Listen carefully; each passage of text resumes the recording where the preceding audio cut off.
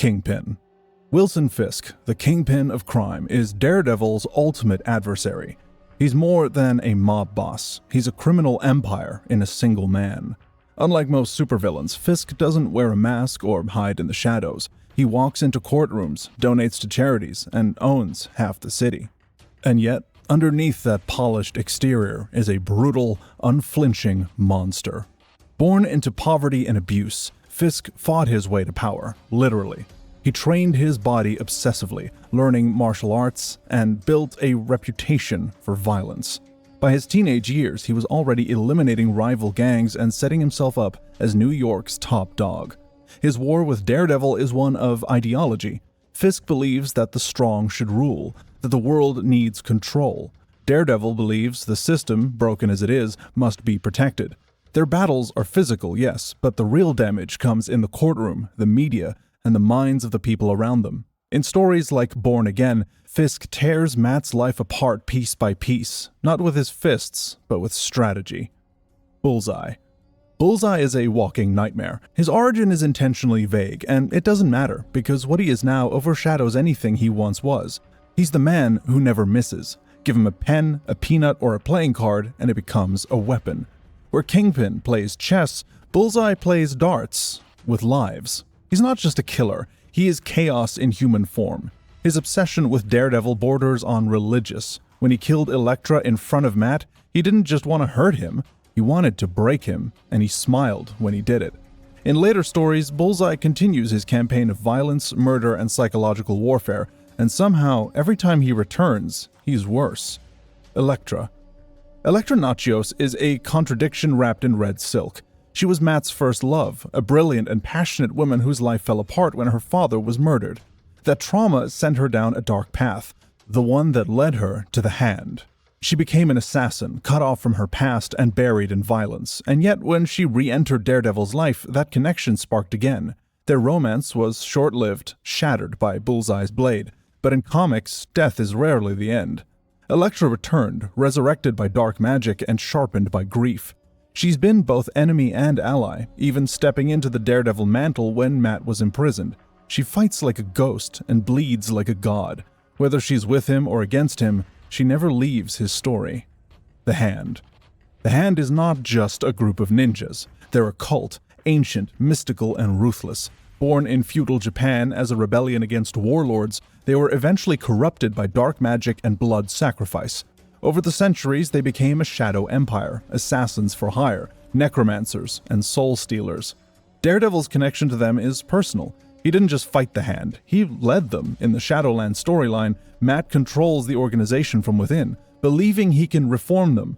But darkness doesn't bend, it consumes. Under their influence, Daredevil crosses the line, executing criminals and turning against his friends. It takes everything and everyone to bring him back. The Hand's power lies in more than swords. They corrupt from within. They don't kill heroes, they twist them. Typhoid Mary. Mary Walker suffers from dissociative identity disorder, but in her case, each identity comes with its own goals and levels of violence. There's Mary, the shy and kind actress. There's Typhoid, the seductive and violent one.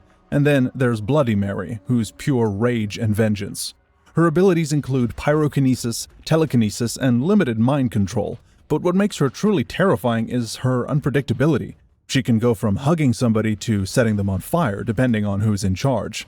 Kingpin sees her as the perfect weapon. He sends her to manipulate Matt, and it works. One personality falls in love with him, the others try to destroy him. She's not just a threat to his body, she's a threat to his sanity. Mr. Fear. Mr. Fear doesn't need fists. He uses fear itself as a weapon. There have been several versions, but Larry Cranston, the one-time law school rival of Matt Murdock, is the most dangerous. His fear gas induces panic, hallucinations, and emotional collapse. In one storyline, he doses an entire city block, causing chaos, stampedes, and death.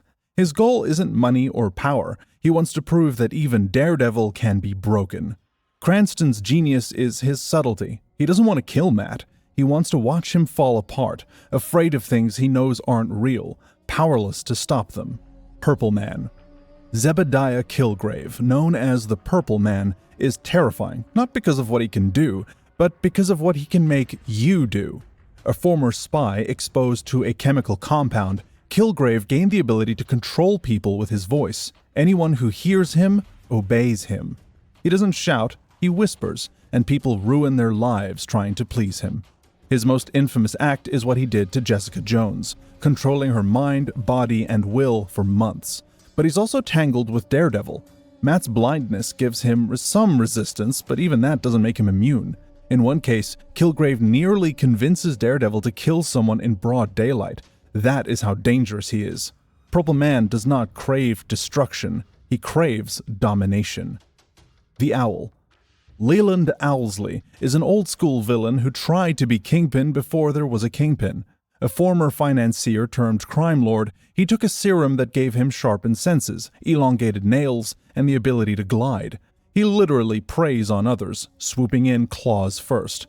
He's run drug rings, extorted city officials, and battled Daredevil dozens of times. Over the years, he's become less human and more beast, losing pieces of his mind as his body continues to mutate. The Owl's not the most powerful, but he's persistent, and sometimes persistence is all it takes to survive. Nuke. Frank Simpson is what happens when patriotism gets weaponized. A failed attempt at recreating Captain America, Nuke was turned into a chemically enhanced soldier. He takes colored pills to regulate his emotions, red for rage, white to reset, blue to calm. Kingpin unleashes him on Hell's Kitchen in Born Again, and the damage is catastrophic. Civilians die, buildings fall, Daredevil barely survives the encounter.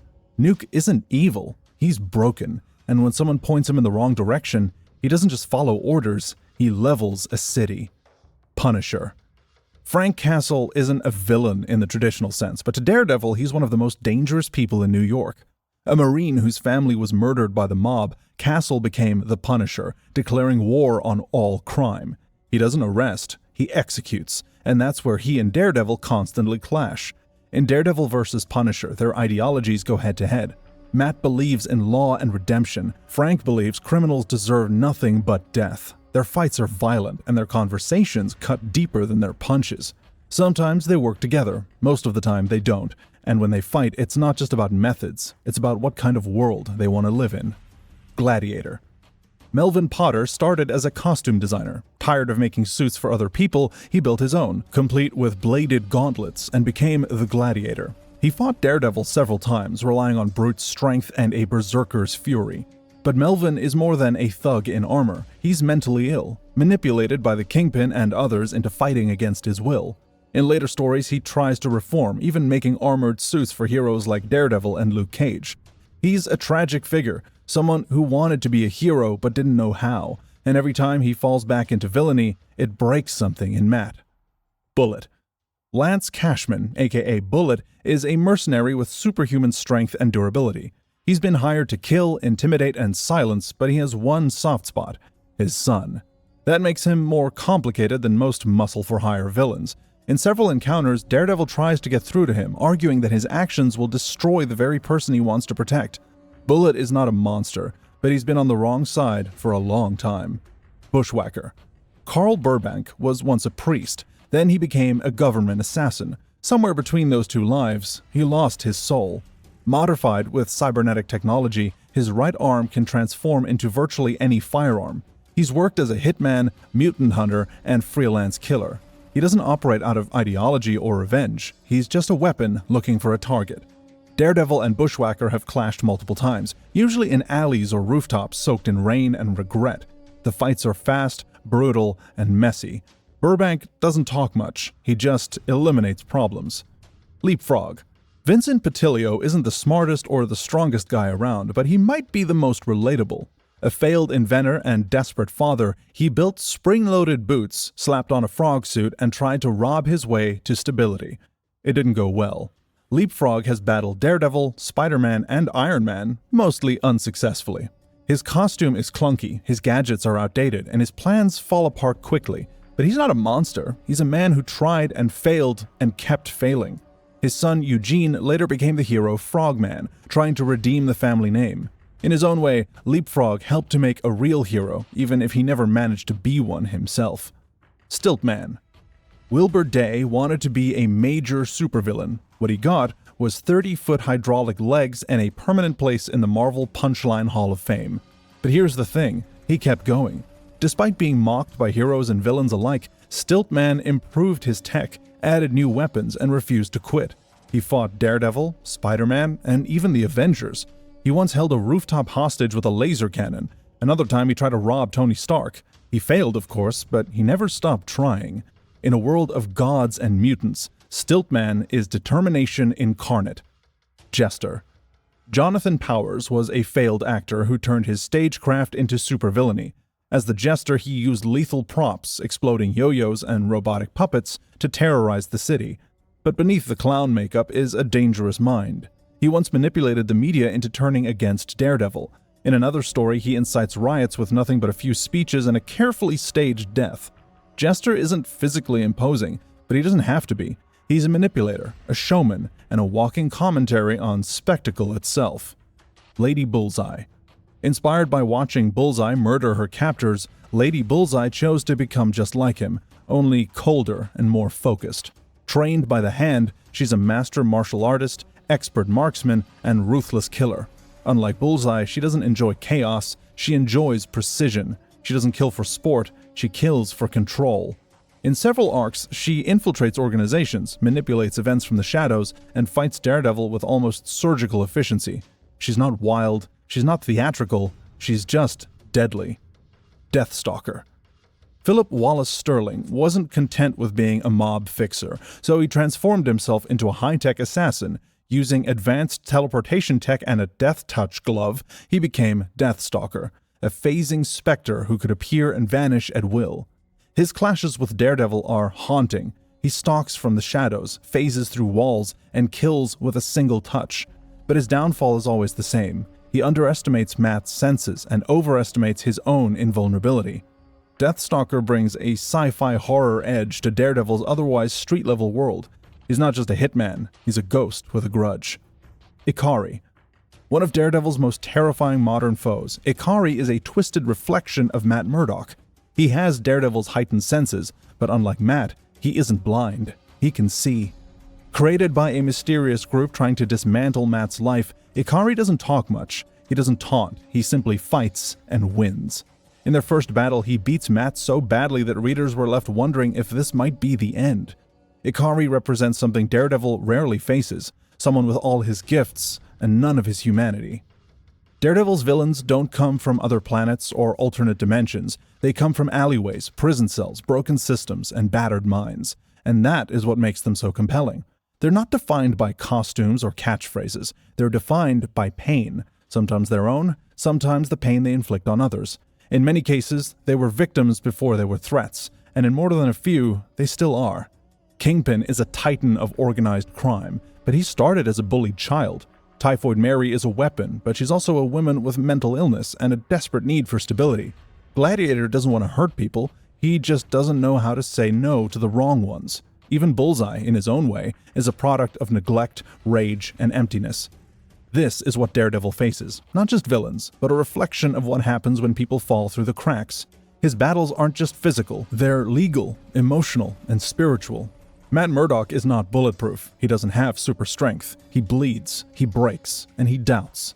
But what sets him apart is that he gets back up every single time, no matter how badly he's beaten, no matter what it costs him. Because in Hell's Kitchen, that's the only way to survive. Every villain we've looked at today challenges him in a different way. Some test his morality, others his resolve. A few go straight for his heart. And still, he stands. So, when you think about the greatest rogues galleries in comics, don't forget Daredevil's. His villains may not wear the flashiest armor or shoot lasers from their eyes, but they cut deeper, into minds, into hearts, into the city itself. And that is what makes them unforgettable. Don't forget to like the video and subscribe to the channel so you don't miss any of these deep dives and strange lore. We'll see you in the next video.